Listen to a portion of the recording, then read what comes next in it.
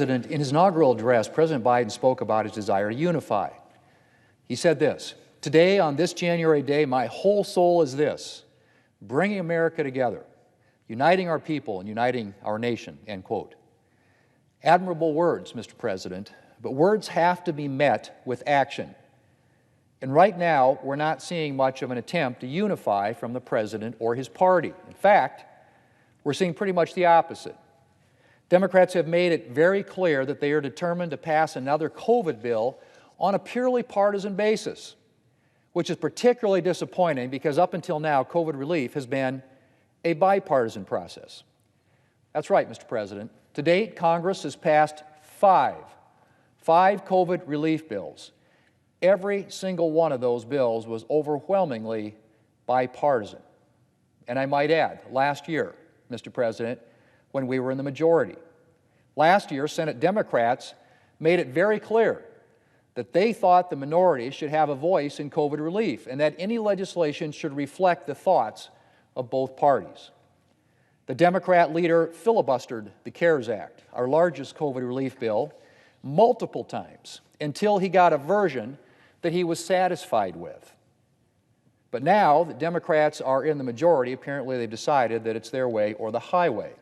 Forget the fact that the Senate is evenly divided between Republicans and Democrats. Democrats are determined to ensure that Republicans and the Americans that they represent don't have a voice in this bill.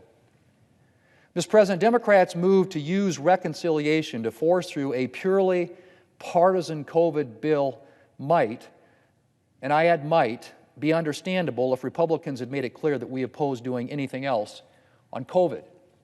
But that couldn't be further from the truth. Republicans have made it very clear that we are willing to work with Democrats on additional targeted relief. Just weeks ago, 10 Republican senators put together a plan and met with President Biden for 2 hours to discuss a bipartisan agreement.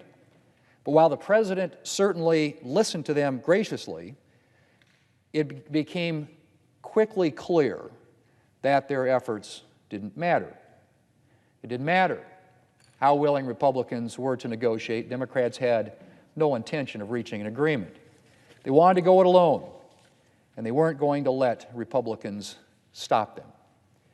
Mr. President, in a speech a few days ago, President Biden acknowledged that people have criticized his $1.9 trillion plan, but asked, and I quote, "What would they have me cut?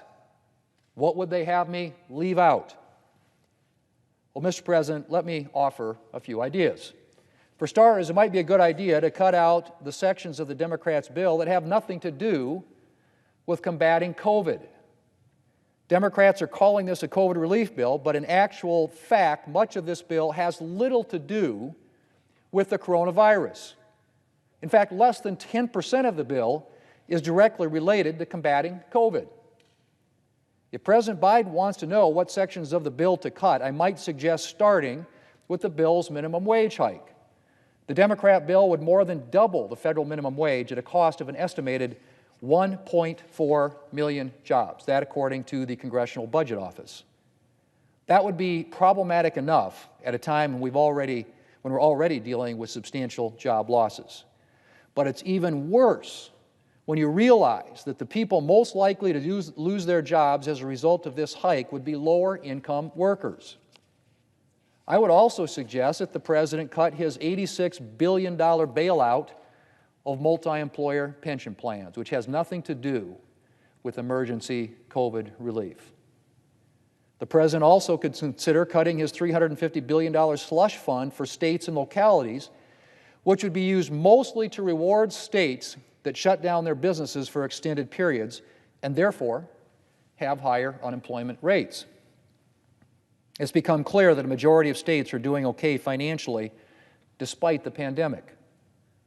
A number of states actually saw higher tax revenues in 2020, and a majority of states have the resources they need to weather the rest of this crisis. $350 billion, Mr. President, far exceeds projected state need. And while we're on that topic, Mr. President, the economic stimulus provided by President Biden's bill in general far exceeds the economic need and may actually harm the economy. Even without a dollar more of stimulus spending, our economy is expected to grow at a robust 3.7% in 2021. The massive amount of spending that the President is proposing to inject into the economy runs the very real risk of overheating the economy and driving up inflation. And you don't have to take my word for it. Even some liberal economists have expressed their concern over the size of the Democrats' coronavirus legislation and the damage that it could do to the economy.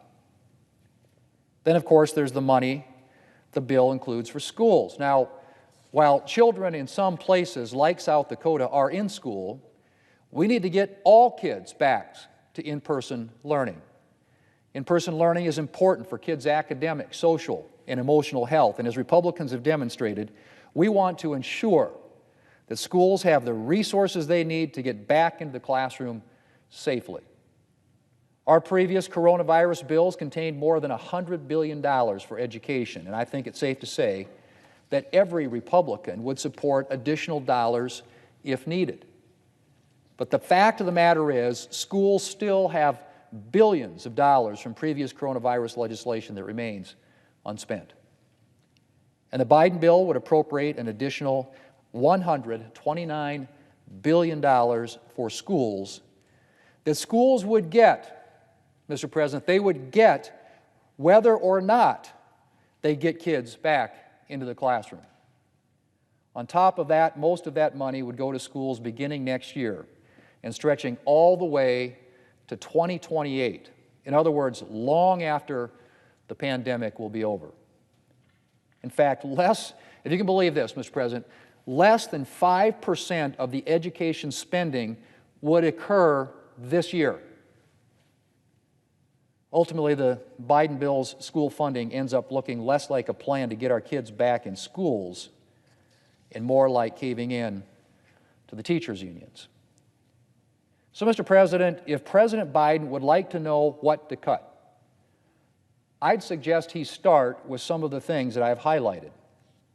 And I would ask that he and the Democrat leadership abandon their plan to shove through a bloated, partisan bill paid for with all borrowed money, every single dollar goes on the debt, and to start trying for the unity that the President has talked about. The President could show that he really meant what he said in his inaugural address by sitting down in a serious way with Republicans to develop targeted relief legislation. Mr. President, we're ready to come to the table. The ball is in the President's court. Mr. President,